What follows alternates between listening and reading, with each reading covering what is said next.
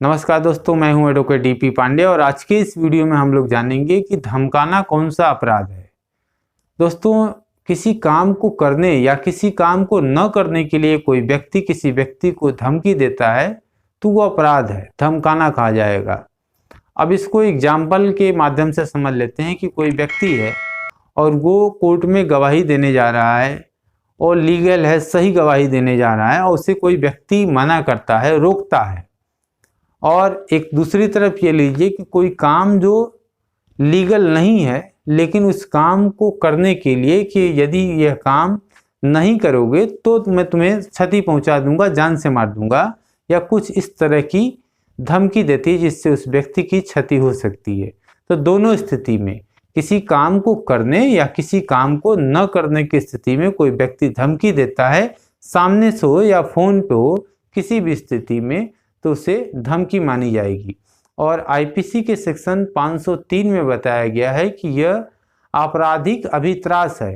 तो आपराधिक अभित्रास के बारे में आईपीसी के सेक्शन 503 में जो बताया गया है, बेयर एक्ट की लैंग्वेज क्या है, आइए उसको जानते हैं। जो कोई अन्य व्यक्ति के शरीर, ख्याति या संपत्ति को या किसी ऐसे व्यक्ति के शरीर या ख्याति को जिससे कि वह व्यक्ति हित बद्ध हो कोई क्षति करने की धमकी उस अन्य व्यक्ति को इस आशय से देता है कि उसे संत्रास कारित किया जाए या उससे ऐसी धमकी का निष्पादन परिवर्जन करने के साधन स्वरूप कोई ऐसा कार्य कराया जाए जिसे करने के लिए वह वैध रूप से आबद्ध न हो, या किसी ऐसे कार्य को करने का लोभ कराया जाए जिसे करने के लिए वह वैध रूप से हकदार हो, तो वह आपराधिक अभित्रास कहलाएगा। आपराधिक अभित्रास अगर कोई व्यक्ति करता है तो दोस्तों इसमें जो सजा का प्रावधान बताया गया है वो आईपीसी के सेक्शन 506 में बताया गया है कि उस व्यक्ति को, जो व्यक्ति आपराधिक अभित्रास करता है, इस तरह की धमकी देता है किसी काम को करने या न करने के लिए, वो इस तरह की धमकी देता है तो उसे 2 साल का सजा हो सकता है या जुर्माना हो सकता है या दोनों हो सकता है। अब हम दूसरी धमकी के बारे में जानते हैं जो आईपीसी के सेक्शन 383 में बताया गया है कि मान लीजिए कोई व्यक्ति है, उसे कोई व्यक्ति परेशान करता है, उससे पैसा मांगता है और कहता है कि तुमने पैसा नहीं दिया तो मैं तुम्हें कोई क्षति पहुंचा दूंगा, या तुमने मुझे ये इतना पैसा नहीं दिया तो मैं तुम्हारे खिलाफ कोई ऐसा लेख लिख दूंगा, प्रकाशित करा दूंगा जिससे तुम्हारी मानहानि होगी, तुम्हारा बहुत नुकसान होगा। तो इस तरह की जो धमकी है उसे एक्सटॉर्शन कहते हैं, उसे उद्यापन कहते हैं। तो बेयर एक्ट की भाषा क्या है, आइए पहले उसको जानते हैं।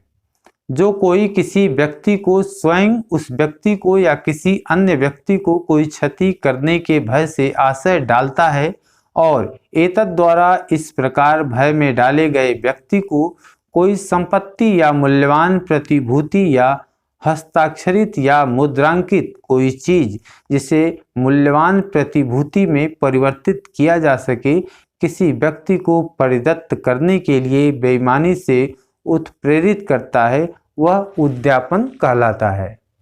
मतलब कोई व्यक्ति है जिसे खूब डरा रहा है, धमका रहा है, किसी भी तरह से उसे धमकी के माध्यम से उसे कुछ पैसा लेना चाहता है, तो इस तरह की अगर कोई धमकी दे रहा है तो इसे एक्सटॉर्शन कहा जाता है, जो आईपीसी के सेक्शन 383 में बताया गया है। और इसमें जो सजा का प्रावधान किया गया है वो 3 साल का है कि उस व्यक्ति को जो एक्सटॉर्शन करेगा, उद्यापन करेगा, उसे 3 साल की सजा होगी या जुर्माना होगा या दोनों हो सकता है। तो आज की इस वीडियो में आपने जाना कि उद्यापन क्या है और अभित्रास क्या है, यानी धमकियां दोनों हैं लेकिन दोनों की परिभाषाएं थोड़ी अलग अलग हैं। सजा का जो प्रावधान है, उद्यापन के लिए 3 साल की सजा है और अभित्रास के लिए 2 साल की सजा है। दोनों नॉन बेलेबल ऑफेंस हैं, कॉग्निजेबल ऑफेंस हैं और ट्राइबल बाई मजिस्ट्रेट हैं। तो आई होप कि इस वीडियो से आपको समझ में आ गया होगा कि धमकी देना